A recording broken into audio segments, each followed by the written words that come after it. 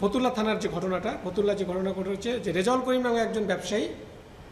যার বাসা ফতুল্লা সস্তাপুর এলাকায় গত 27শে নভেম্বর এই নাগবোচা হালিম এবং বাদল তারা দুই ভাই তাদের নেতৃত্বে এই বাসায় ডাকাতির যে ঘটনাটা ঘটে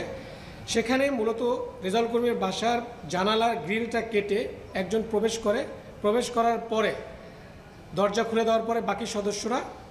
ভিতরে প্রবেশ করে এবং বাসার ভিতরে যারা যারা ছিলেন তাদেরকে হাত পা বেঁধে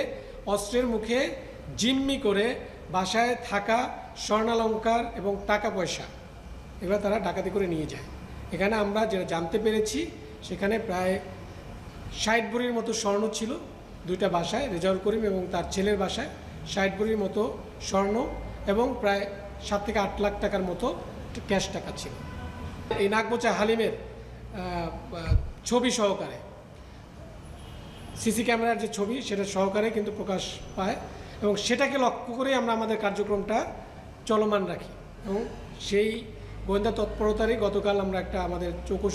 আভিযানিক দল সিদ্ধিরগঞ্জের বাস স্ট্যান্ডের যে অভিযানটা পরিচালনা করে এবং সেখান থেকে তাকে আমরা অ্যারেস্ট করতে সক্ষম হই।